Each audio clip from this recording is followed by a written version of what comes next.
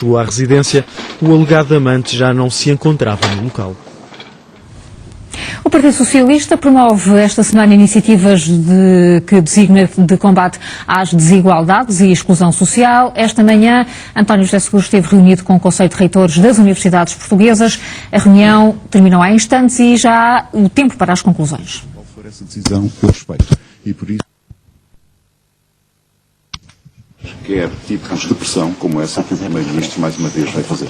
E se houver de facto esse plano B, se estiver na calha e se passar para um aumento de pensões, o PS tem uma alternativa para propor? Vamos esperar pela decisão do Tribunal Constitucional. Depois da decisão do Tribunal Constitucional, responderei à sua pergunta. Mas a decisão do Tribunal Constitucional, saberemos em princípio, teremos de saber esta semana, condicionará o voto do PS, por exemplo, para a reforma do IRC? Não podemos confundir as coisas. Não podemos confundi-las.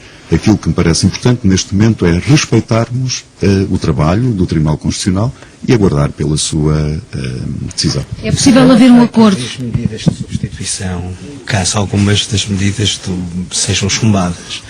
Essa questão é muito simples. Eu apetecia muito responder a todas as vossas questões e sobre essa em concreto. Mas devo um direito de reserva a mim próprio no momento em que o Tribunal Constitucional está a trabalhar sobre essa constitucionalidade ou inconstitucionalidade. E, portanto, considero que não devo dizer absolutamente mais nada que não seja aguardar serenamente pela decisão do Tribunal Constitucional. No final, quando conhecida essa decisão, o que vai acontecer esta semana, terei todo o gosto em responder às vossas perguntas. Ainda sobre o IRC, António José Seguro, o Primeiro-Ministro ontem, em Amarante, voltou a lançar um novo repto, um novo apelo, um apelo ao consenso com o Partido Socialista, espera uma aproximação sem equívocos ao Partido Socialista. Bem, as propostas estão em cima da mesa. É sabido que o Governo tem uma opção, privilegiar as grandes empresas. O Partido Socialista tem outra opção, apoiar as pequenas e médias empresas. E porquê? Porque as pequenas e médias empresas representam mais de 90% do total das empresas portuguesas e empregam mais de 75% dos nossos trabalhadores. São as pequenas e médias empresas que precisam de ser apoiadas. Segundo, para futuros, isto é, para os anos 2015 e 2016, o Governo quer mexer exclusivamente no IRC. E o Partido Socialista pergunta porquê? Porque é que nós não devemos mexer globalmente, se houver margem para isso, no IRC, no IVA e no IRS? Isto é, também é a altura de nós podermos aliviar os sacrifícios das famílias. Isso também é bom para as empresas, porque as empresas também poderão vender mais produtos se os portugueses tiverem mais rendimentos. Nos últimos 20 anos, o único imposto que tem vindo a descer é o IRC. O IRS e o IVA têm vindo a subir. Portanto, é importante que para o futuro possa haver uma avaliação global de todos os impostos e não apenas de um. Mas é possível haver acordo com o Partido Socialista até quinta? Depende do conteúdo. Quer dizer, isto não se faz acordo ou deixa-se fazer acordo em função de vontades. Isto faz-se em função de propostas concretas do que está em cima da mesa. E outra tem a ver com o pagamento de impostos sobre dividendos e mais-valias obtidas no estrangeiro. São estas três propostas que, do ponto de vista do Partido Socialista, vão determinar se há ou não condições para haver uma convergência. Voltou a falar com o Primeiro-Ministro depois de ter feito aquele telefonema raro, não diria inédito, mas depois daquele telefonema durante o debate quinzenal, já voltou a falar com ele em termos de chegarem, pelo menos, a uma plataforma de entendimento prévia antes desta discussão do IRC? Não. Agora, o que está em cima... Posso dizer o que é que vai acontecer. Acharia importante? Aquilo que me pareceu importante foi eu ter tomado uma iniciativa na sexta-feira para tentar salvar as pequenas e médias empresas de modo a que elas possam beneficiar de uma redução da taxa do IRC. Considero que isso é fundamental e não vou desistir de trabalhar para aliviar os sacrifícios das pequenas e médias empresas. Já desistiu exatamente essa questão? Porque são elas que criam emprego no nosso país. Já desistiu de um debate público a dois? Desculpe, para haver um debate a dois tem que haver duas vontades. Mas porquê público, António José Seguro? O que é que não pode combinar em privado ou tentar resolver em privado e tem de passar pela esfera pública? Porquê é que é debater com o Primeiro-Ministro? Aquilo que eu propus disponibilizei foi para um debate público sobre a situação atual do país e o futuro. E tinha razão, e mantenho razão. Já reparou, na semana passada o Primeiro-Ministro disse que só a partir de 27 de janeiro é que o Governo começará com as instituições europeias a negociar a saída do programa.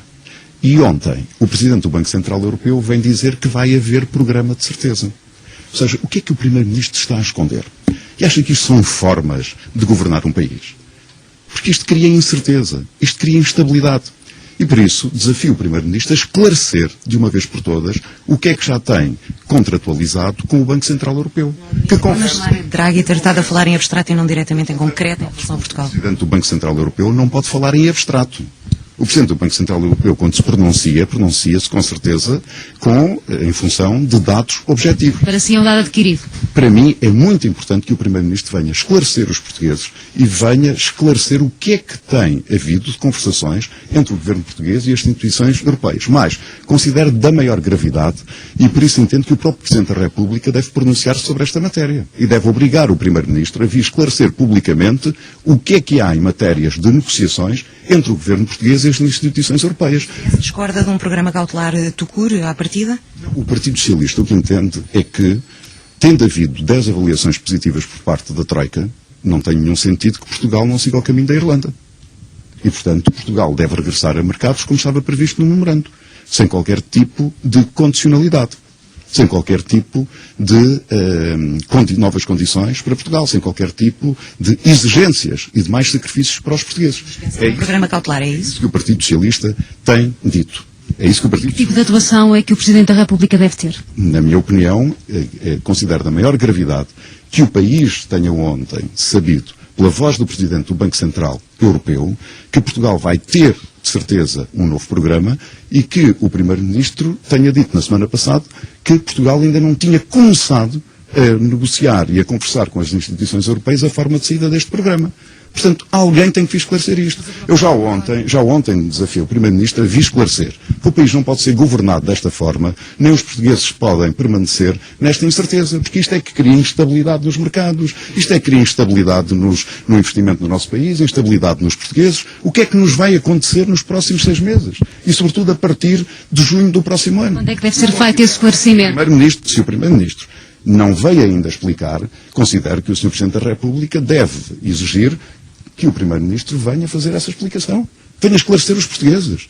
Nós não podemos andar a assistir a um Primeiro-Ministro que diz, a partir de 27 de janeiro é que nós vamos conversar com as instituições europeias. Depois ver esse Primeiro-Ministro a inaugurar um relógio de contagem decrescente para a saída da Troika. E depois vir o Presidente do Banco Central Europeu a dizer que Portugal vai ter, de certeza absoluta, que assegurou isso, um novo programa. Desculpe, os portugueses não podem ser tratados desta forma. Nós merecemos respeito, porque os portugueses é que estão no meio desta confusão. E por isso é preciso vir o Primeiro-Ministro esclarecer. Como o Primeiro-Ministro ainda não veio, considero que o Presidente da República também se deve pronunciar. Vai tomar alguma iniciativa no sentido... Neste momento estou a fazer um apelo público para que haja esclarecimento. Os portugueses têm direito a saber o que é que se está a passar com a sua vida.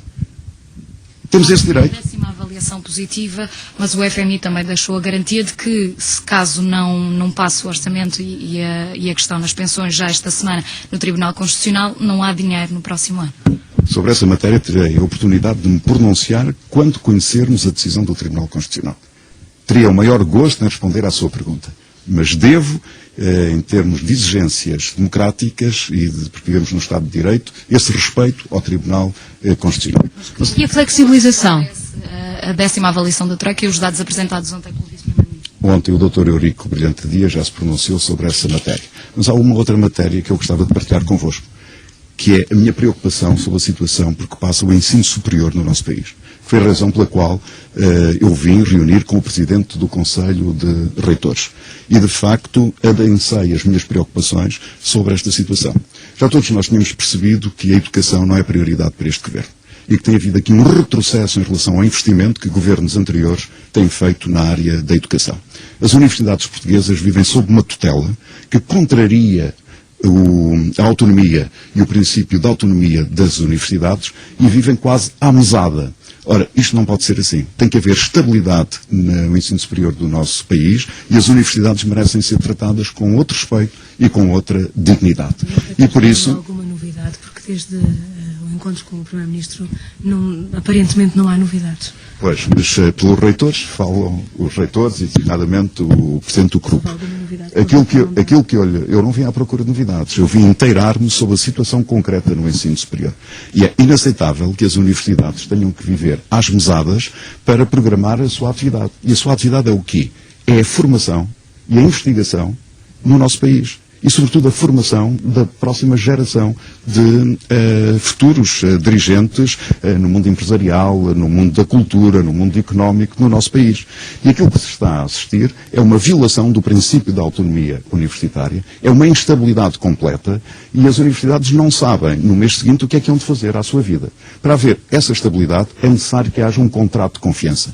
E aquilo que eu defendo é que, para o futuro, deve haver um contrato entre o Estado, entre o Governo e as universidades, um contrato para vários anos. Isto é, para o período de uma legislatura, as universidades devem saber qual é a sua dotação orçamental. E essa dotação orçamental cria uma estabilidade na própria universidade, primeiro para fazer aquilo que devem e segundo para procurar receitas próprias, designadamente oriundas de outros contratos com a iniciativa privada, com o mundo da economia e até com parcerias fora de Portugal. Isso é fundamental. É fundamental que se recupere essa estabilidade e que o país perceba que tem muito a ganhar com o trabalho que é feito nas universidades portuguesas, no ensino superior no nosso país. E por isso venho juntar aqui a minha voz de apoio a esta no nosso país. E por isso venho juntar aqui a minha voz de apoio a esta reivindicação que as universidades portuguesas estão a fazer neste momento. Fica então aqui o essencial das declarações de António José Seguro, secretário-geral do Partido Socialista, que esteve reunido com o Conselho de Reitores das Universidades Portuguesas, a alertar justamente para os problemas que se vivem no ensino superior e a também fazer, em relação à política nacional, um claro apelo ao Presidente da República para que intervenha. Aníbal Cavaco Silva peça então explicações ao Primeiro-Ministro se Portugal vai então ou não ter um programa cautelar, isto depois ontem das declarações do Presidente do Banco Central Europeu, que garantir que Portugal vai ter um segundo programa depois de terminar o programa de ajustamento. António José Seguro a reiterar novamente as críticas que já fez ontem à noite ao Primeiro-Ministro, a perguntar o que é que Passos Coelho anda a esconder. Pois bem, se Pedro Passos Coelho não esclarece, António José Seguro pede então a ajuda do Presidente da República para que esclareça aos portugueses. O apelo do líder do PS, terminado o encontro com o Conselho de Reitores. Ora, foi marcado para esta hora um protesto de reformados que se propõe comer pão e beber água em frente do Ministério das Finanças.